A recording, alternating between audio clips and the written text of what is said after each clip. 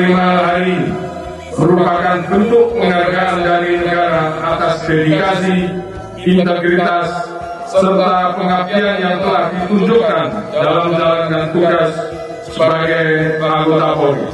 Saya berharap momentum ini dapat menjadi sumber inspirasi bagi seluruh personil lainnya untuk terus berprestasi dalam menunjukkan performa yang terbaik, khususnya dalam memenuhi ekspektasi masyarakat terhadap institusi yang kita cintai.